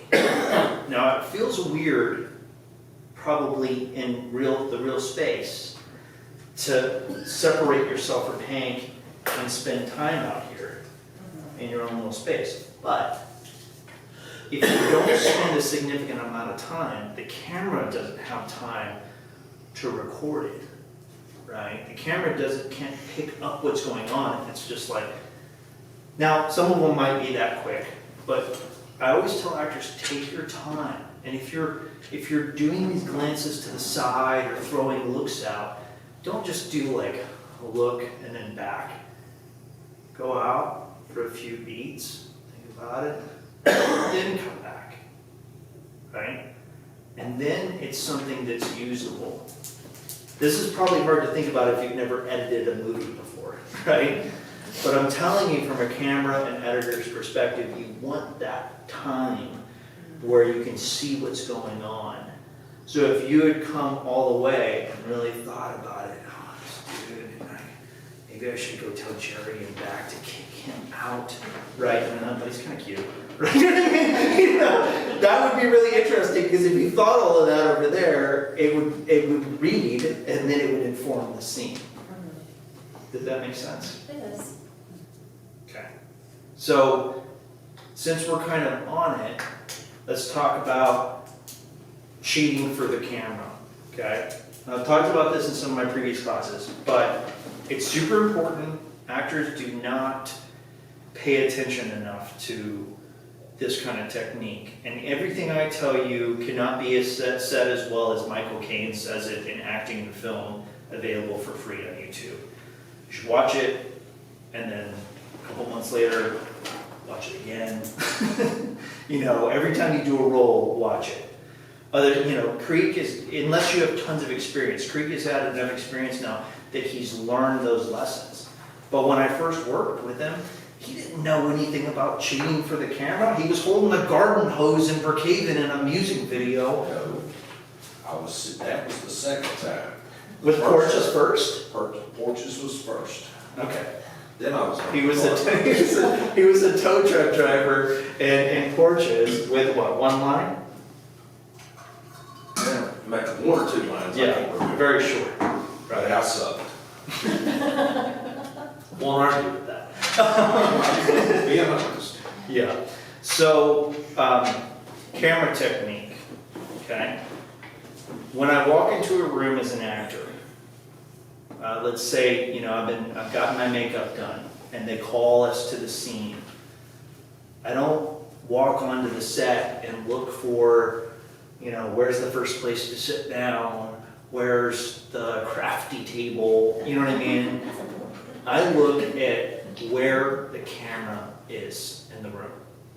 Oh, that's where the camera is. At least where it is right now. Could move, but it's clearly pointed that way. I've had people, not exaggerating, this is our camera right here. It's pointed this way, right? And they've been right here and say, so am I in the shot? Right?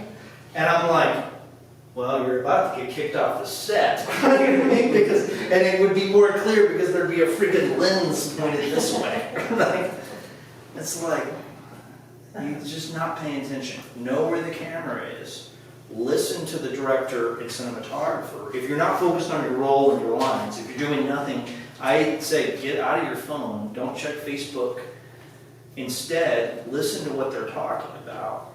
And then you will have a heads up. They'll say it's a wide shot. You'll pick up on them saying, we're going to start with the wide and we're going to go to a close. Okay, we're starting at a wide. That gives me kind of an idea of what the frame is, and I already know what they're going to do.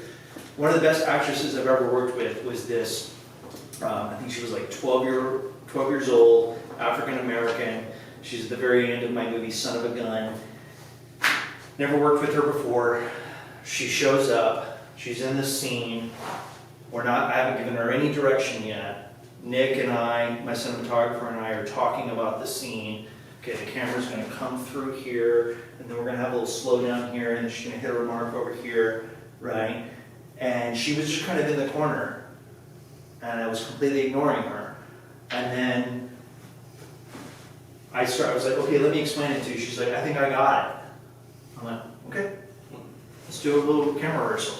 She hit every mark, and I was like, oh my God, you're amazing. You know, because she just sat there and listened and was like, oh, they want me to stop there and start here and do this. And so have good set ears.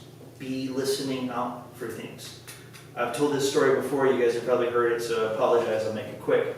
I was on a film and I was producing, but they gave me a cameo, and I overheard them say, we're only gonna cover this scene from one angle.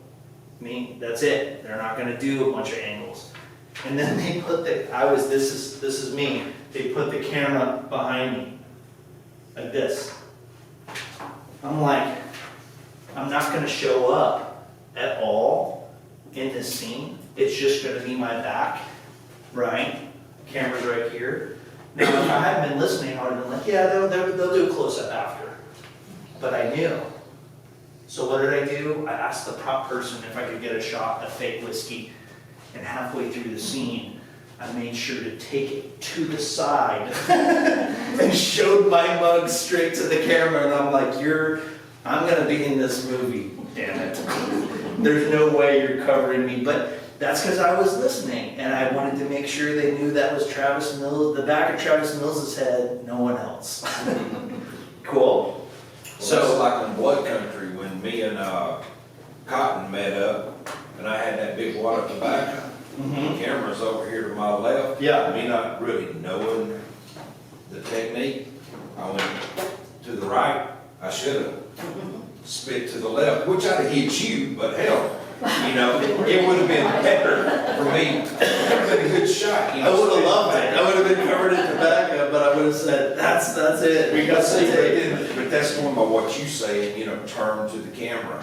Always know where the camera is. Yeah, and sometimes,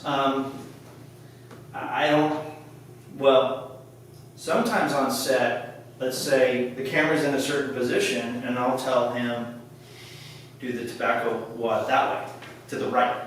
And then we move camera, and I'm like, I don't care about continuity. For this shot, do it to the left. I ain't gonna use both shots of the same spit. So let's have it play to camera. And I wouldn't be, if we were on set and Creek made that decision for himself, if he switched it, I, not speaking for all directors, would not be mad, right? I would actually be probably delighted because he played to the camera.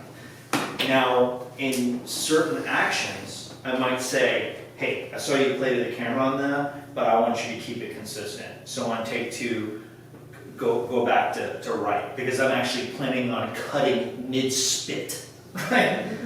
But if he did it naturally without actually asking my permission, I would not be upset. Obviously, that's something you gotta kind of feel out with every director and every action, because you don't want to switch up some really complicated continuity, right? But if it's something small like that, you cheat it for the camera. So you gotta know where the camera is, right? And you gotta play to it. So, you know, this is not the best setup ever, but if Creek and I, let's see, we're probably gonna be, we'll be in some kind of a 2-shot, a wide 2-shot. If we're right here, and so right now I'm leaning on my left foot with my right foot back, and I'm totally closed off to camera. But if I just do this simple thing, without changing my facial position at all, it opens me up automatically. And I showed this to an actress in a scene in Kentucky, and it changed the whole scene. Just her switching her legs. The 2 takes to me were completely different. We saw a totally different side of the character. And then, throughout the scene, I'm having my thinking beads out here, right? And then they're seeing all of this, because the camera's right there, I'm looking right off of it. what would you do in this setup? With my position right here, I would kind of lean, but I've got my face looking not at the camera, but like halfway between you and the camera. Yeah. So they're seeing my full expressions. Yeah. I'm talking to you, and then I would be looking at you with my eyes and maybe Right. cut my head just a tad bit back. And we're both kind of open to camera right now. Looking at each other with our eyes, but not turning our faces and our bodies away. You really want to think about that. What you want to favor the camera. Michael Caine gets into much more specific things, like even what eye you want to look. Like if I'm sitting here and Damon's on camera, or he's the person I'm playing with, and right now I'm looking at him with my left eye, but the camera's on that side. Not nearly as powerful as looking at him with my right eye, because I'm automatically more open to camera. Does that track? Believe it or not, these things, small little things, are huge. And then shifting of eyes is huge too.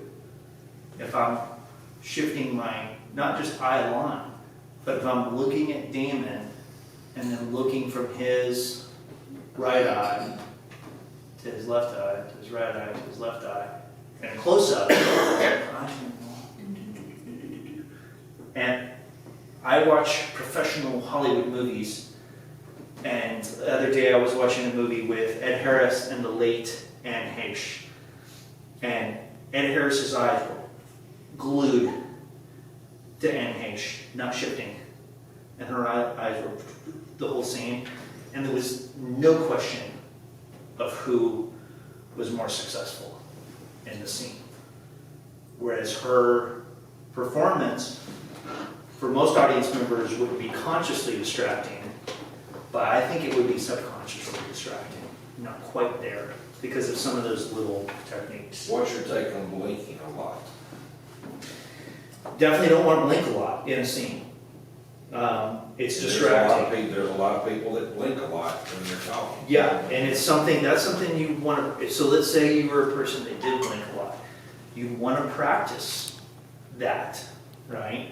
And also, so let's say you just kind of, maybe, I don't know, maybe it's because you need to rest your eyes, right? It's because your eyes get dry, or it's a nervous habit. Maybe you have something that you do in the scene to kind of hide that. Like you hide your blink away from camera, or in a cheated moment, or you kind of have like a, where you can blink and make it a moment in the scene, like a close the eyes and look up kind of moment. But you got someone like Anthony Hopkins, this is the extreme. I don't think he blinks a single time as Hannibal Lecter in Silence of the Lambs. That was his choice. You'll never see the character blink. And there's a subconscious element to that when you're watching his performance that you're like, there's something kind of not human about this guy, right?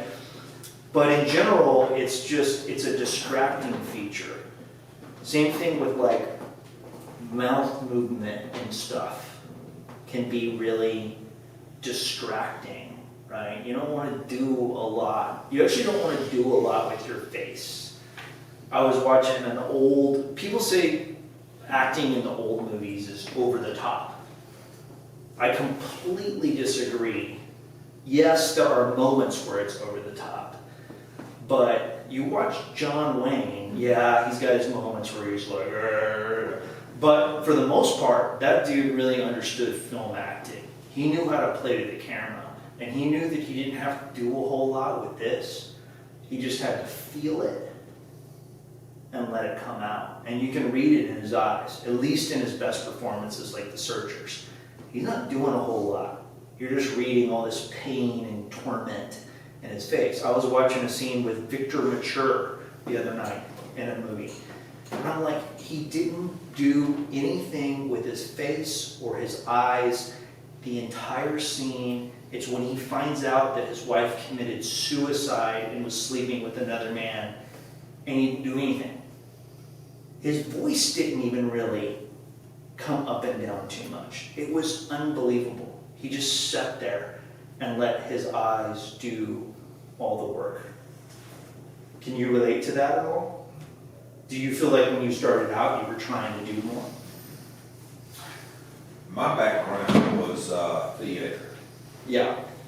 which you're reaching out to the last, Yeah. you know, the back row. And I had to come in, you know, being in camera and so forth, and tone it down a whole lot. So yes, you know, really less is more.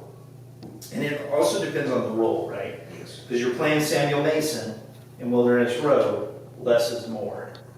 But you're playing the trapper in Bastard's Crossing, and we've already talked and decided that Jack Elam is the inspiration for the character.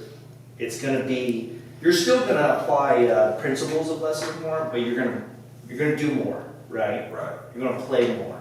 And I'm guessing the role you did, I don't even know if it's public knowledge, but the big role you did recently. The haunted mansion. Yeah, you. I can tell it in here, Oh, okay, you can tell it here. so So, not on social media. yeah, well, Zoom. So Creek was in the Haunted Mansion, the new Disney Haunted Mansion, and you were playing like a sea captain. I played the Ghost of the Mariner. Yeah. Did you play up things in that because of the genre, or it was very much? The costume played it up for me.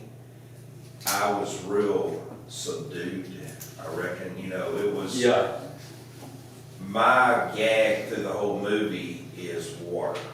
You know, they're gonna, I think the way they're talking about it, incorporate water with, when all my scenes was with Lakeith Stanfield, so everything that I do has to do with water rushing in. Okay. Until the very last one, when they put me out on a boat.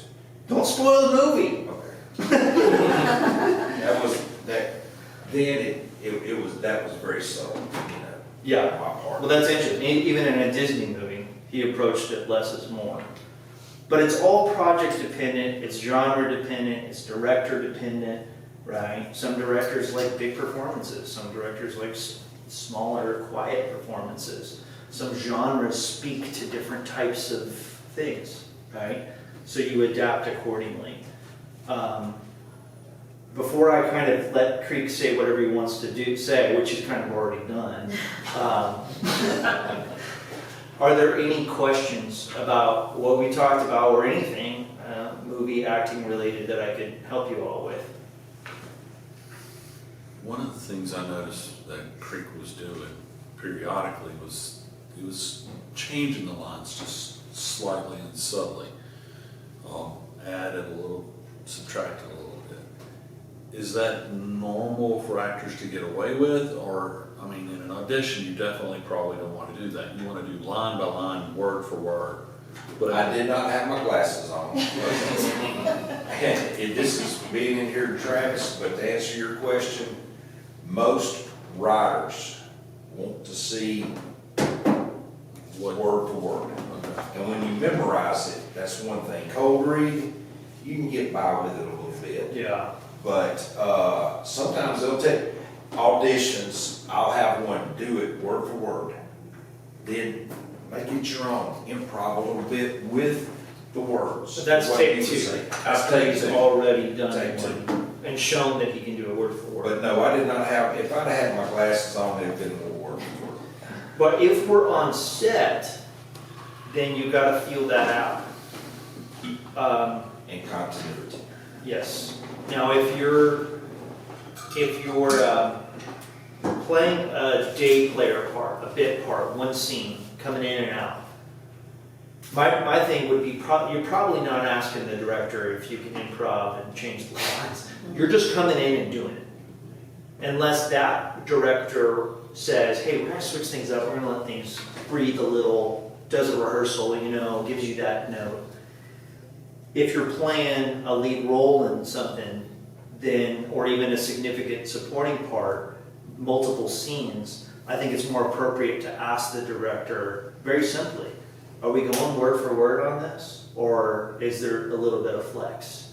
And then you adapt according to what they say. You know, even Woody Allen, who is, you know, obviously kind of more, as much a writer as he is a director, he said, as long as they get the meaning of the scene, I don't care. But that's something that he's decided with his people, and they've probably had those conversations. So, he was talking about continuity. That's really important, not just with the lines, but with your movement. If you're doing something in the scene, you really want to remember when you're doing it, what point in the scene you're doing it, and that means you don't want to do a lot.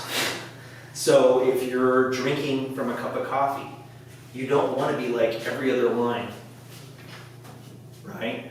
You want to be like, okay, after the third line, I'm going to take a drink, you know? And then maybe at the very end of the scene, I'm going to take a drink. And that way, I know exactly when it is, and it's not hard to remember.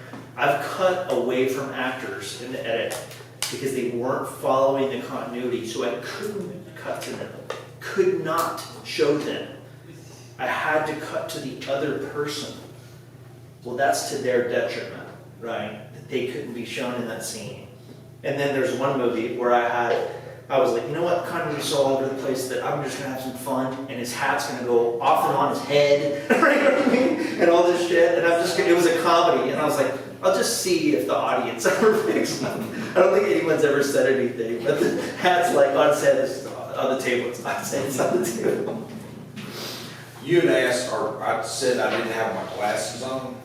In an audition, from what I've always learned from day one, you don't wear glasses and you don't wear a hat in an audition, because they want to see your eyes, and the expression and the glare will, you know, get away from. So that's, yes, if I wanted to go word for word, I should have had my glasses on, but I just kind of breathed through it, and I changed or dropped a word or two. I apologize to everybody. It wasn't that I'm special. I'm blind. Any other questions about the process? I think one of the things that I learned from one of your other classes that stuck with me that I did was, you said, try doing stand-in. Because you have to learn where one is and how to go back, and I find spots on the floor, to, like when I had to do times where I had to move across the room to certain spots, finding an area and learning to move with the camera just by doing stand-in and finding out those little things. Absolutely. That's been a very, very good learning experience as far as being Yeah. The stand-in position on set, you're normally doing some of the blocking, they're lighting around you. You learn a lot doing that, and it's significant. Some of my better actors do that kind of work, and I think that's why they're better, because they've been on a lot of sets and they've seen a lot of the conversation. But, you know, that camera technique we talked about, what Karen just alluded to, like maybe hitting your marks and stuff like that, that is as much a part of being a good actor as the emotional side of it, in my opinion. If you can't hit your mark, then they're not going to rehire you because you're a pain in the ass, right? So you have to learn these things in the physical space. It's like, if this is my mark, they want me to stop here. I'm like, okay, so it's the edge of the laptop, right? So I'm not going to like walk in and be like, oh, can I do the laptop? Okay, cool. Hi, right? You know, I'm gonna keep it in my periphery, right? And stop. You know, and maybe I missed it a little bit that time. But these are the things that you test yourself on. And it's honestly, these are the kind of like practices you can do even at home. You're like, that's my mark, I'm gonna nail it, right? And you practice those things. Or some people count their footsteps backwards. They're like, this is my mark, and they want me to stop over here. So that's, you know, this so many steps. And then when they come in, you know, they know the amount of steps, and they don't have to look down. And I have tape on my floor in front of my camera, so I know exactly where. When I walk in from either direction, I know where my mark is, but I always come in about 3 steps. But in a real environment, in a location, it's more difficult. It And you is. have to, It is. you have to get used to, you can't be one of those actors that looks down at their mark before they hit it. You gotta know Yeah. pretty well what it is. Just like a kicker on a football team who's kicking a field goal or whatever, you notice that he gets up there and he steps backwards about 4 or 5 steps and then to the side. Yep. He knows his routine when he's gonna kick that ball to the goal. Yep. And then you gotta hit your mark while you're riding a horse. Which adds a whole other element to Sometimes it. the horse has their own idea about that. Yes, well then I can't really blame the actor too much, but just remember, 9 times out of 10, it's the rider's fault, not the horse's fault. Okay, do you have more that you'd like to share with the class? Well, first of all, if you're really gonna be looking to be, let's go back. Being an actor is not a hobby for me. I personally take it as a career. Now, you got the A-list actors, you got the Z-list actors. I started about 4 or 5 notches below Z with Porches and Private Eyes. And right now, I consider I've worked myself up. I like to say I'm about maybe a P level actor. I still got a ways to go. But every time, I don't care if you're an A-list actor, you learn something new. My daddy always taught me, make it a point to learn something new every day. And in the acting business, it changes so much, so you're learning something new. But invest in yourself. It's money. I will tell anybody who asks me, if you really want to be an actor, don't get an agent, don't get a manager for 2 years. Take lessons. Learn how to act in front of a camera, how to act on a set. There's a lot of stuff that you don't know. I jumped into it too quick, and I learned my lesson real quick, and I can go back and say I sucked, really sucked, especially on Porches and Private Eye with 1 or 2 lines. But I feel like I've matured as an actor. I've gotten better. I still got a long way to go. And you invest in yourself. I personally like professional headshots. I'm not gonna let, somebody who just takes portraits at the prom, take my headshot. I'll go and spend $500 and get professional headshots. That is for me. I've got a bad eye, so I like to play my eye a little bit. And I let them do that for me a little bit when I do it. And I branded myself with long hair, scrappy face, bad eye, and know your brand. I'm not gonna be no doctor, no lawyer. I'm gonna be a biker. I'm gonna be a hoodlum, something like that. And damn it, I've made good money in the last 7 years. Real good money. Doing what I love to do. And I'm not saying that bragging, I'm saying that very humbly. I'm blessed. It wasn't luck. I've been blessed in a lot of ways to do what I want to do, but I got my own little gig that I do, construction, to be able to be an actor. I can take off at a moment's notice and do it. And just to tell you, I auditioned for, what was the Boss Newkirk. Yeah, Boston Newkirk. I had some redos, reshoots for the Haunted Mansion and had to go back to Atlanta, so I was about a week behind on my audition. Travis granted me, Pam auditioned for it, my Newkirk, and it was in there, so I had a few extra days, but the day that I did it, and that was 3.5 pages, 3 long monologues. I know I screwed some lines up, but I had 4 other auditions that day. 4. One was 6 pages. Pure ass dialogue between me and somebody else. And I had to do it 2 different ways. So I did that. I did another one-liner, then I did yours. And so you gotta do what you gotta do when you gotta do it. You don't make, if you wanna be in this business, you don't make excuses for nothing. You damn well do it if they tell you to do it. What is your thoughts on, if you're assigned an audition, something comes up, you don't think you can pull it off, do you decline it, or do you just do your best? Do my best. Okay. Better to do your best than to not submit. My mama better be dead or my daughter in the hospital for me to decline it. Just to tell you, I like that. just to tell you how it is. Look, the most I've ever done, 5 days, 17 auditions. I was living in Hattiesburg, Mississippi. 4 auditions. I had to go live to New Orleans. New Orleans. I went in for a commercial. I went in, I did my damnedest best job.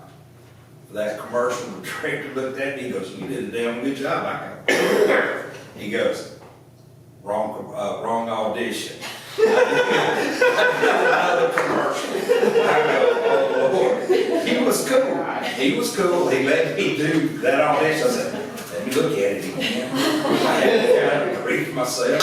And I did it. I didn't get the gig, but you know that. And then that Friday, I got off work at 1 o'clock and I learned 20 pages between 1 o'clock when I got off work that Friday. This was in all the same stuff. I had 3 one-liners to do that night. I got through at 3 a.m. I was at work at 6 a.m. if I'm not mistaken. Got off at 1, went home, took a shower. I had a live audition and I had learned 20 pages between that and 6 o'clock when I got to the audition. Between leaving and driving 30 minutes to take a shower and driving to audition. Now, we could use our sides at the time. And I did have to glance down, but I had it 90% memorized before I got to the audition. So, you do what you gotta do. Going back to your brand, how did you, what was the best way you figured that out? I mean, When I first started out, I looked a lot like you. Short hair, kind of clean cut, you know. You look like you could be a pharmacist, you look like you could play a doctor or a lawyer. I was doing that, but I was auditioning across the board, the United States, with 1,000 different actors. I didn't get jack squat, but once I started kind of letting the scrub grow out, and letting my hair get longer, I started getting, now I'm auditioning or I'm competing with 100 guys for the same. And there's 3 of us out there who really, we audition for the same parts across the United States now. And, you know, So it's sometimes just they get time. it, sometimes I get it. Yeah, well, you gotta really be honest with yourself first about your type. Can't tell you how many guys there are in Tombstone, Arizona, who all think they're Gary Cooper. But they're Walter Brennan, okay? You know what I mean? Like, I'm Jackie. they're slim pickings, but they think that they're like, there's one guy who's one of the best bad guy types I have. But he's always saying, "I want to play the romantic lead." I'm like, it's not going to be believable when the woman kisses you, right? You know, and that sounds really mean, but I'm like, you're not seeing your type, right? You're not being honest with yourself. Be honest with yourself. Early on, talking about types. Early on, I auditioned, or I directed a movie that I played the romantic lead in. It was a serious film to be taken very seriously. I was really surprised when people were laughing at the premiere. I was like, why do they think this is funny? And then I realized, I'm like, oh, because I cannot be taken seriously as a romantic lead. It was a sobering moment. It was, see now, right? And then I have not written any more for myself over the years. So you gotta be honest with yourself. And then some of it's honest with yourself and some of it's trial and error. Yes. You're trying some of it and then you get certain roles and you're like, that's my type, that's it. And then you might get a chance to break out of it, and you take it. Well, the first thing, always remember, your agent is working for you, and she sends your headshot. And then she sends your demo reel in, or your clip. But first of all, it's your headshot. And she's not gonna send me in for a Tom Cruise, lead role. I'm gonna get something like this. And that's how come I believe in a professional headshot photographer who makes me pop, Well, then your headshot sets a tone. Yes. Like when I posted his headshot to say that he was coming to class, well, you can tell the kind of roles he plays, not just from his look, but the look in his eye, the way your face is. You look intimidating. You look like you belong in Sons of Anarchy, right? And will too. But yeah, so that's another point about headshots. It communicates your type. But that's your first thing, is your headshot, so there's where you need to know your brand. I'm not gonna wear a coat and tie in my headshot. I can see, a couple of y'all doing that. Not you. You were in the same boat, so. But your headshot's your first thing, and that's what you need to establish your brand. And when you do it, have about 3 or 4 different looks. A coat and tie, a nice pullover, with you back, with what you would wear, and your expressions on your face and in your eyes. Me, I give the mean look, I cock my eyebrow, that is where I'm branded the tough guy, the thug, or whatever. Homeless. I didn't get a lot of homeless stuff, but I made money on the homeless stuff. But the thing is, when I say I made money, I've been blessed. I never thought I'd be this far in 10. I'm 60 years old. I started this 10 years ago on a professional level. And I had a goal. I was 15 years old. I wanted to be Garth Brooks before anybody ever heard of Garth Brooks. I wanted to be the biggest country singer-songwriter there was, before Randy Travis. And then I got my face taken off. And I went through 5 years, 13 operations, to put a new face back on. That is when they booted me out of Nashville, Tennessee, and out of RCA Records. And I had my foot in the door with RC fixing to sign a contract at 22.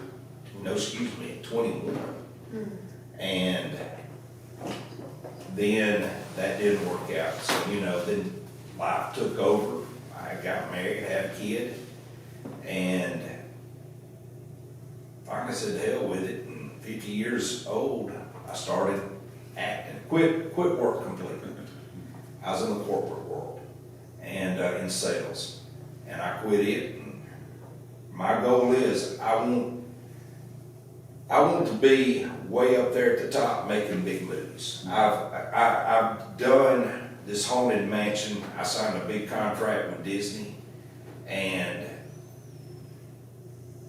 the way they talk, this time next year, my face will be in all the haunted mansion rides all over the world. I'll be traveling with, I'll be a Happy Meal. I'm definitely gonna go for myself. A freak, Happy Meal. A bobblehead, and a Halloween costume.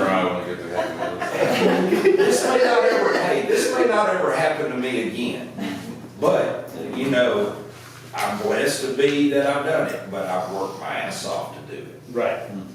But you can do it at any age because every type is needed in the movie business. Absolutely. Morgan Freeman didn't get his first big role until he was like 54, 55 years old, something like that. Several people have. So yeah. Anyway. And oh yeah, try to get rid of your southern accent like I do. I have gotten rid of mine so great. Yeah, right. I once asked him if he could play an Italian in a movie. Like a New Jersey Italian mobster guy, and get rid of the southern accent. He's like, I can try, but it's probably not gonna happen. But that's one thing in Hollywood, they want you to get rid of your southern accent. And I can, if I think about it and get away from Jasper, Alabama, I can I can tone it down. But when we're just sitting here talking, that won't be me. Right, for sure. Any more questions? All right, sweet. Thank you, everybody. Thank you to our Zoom people.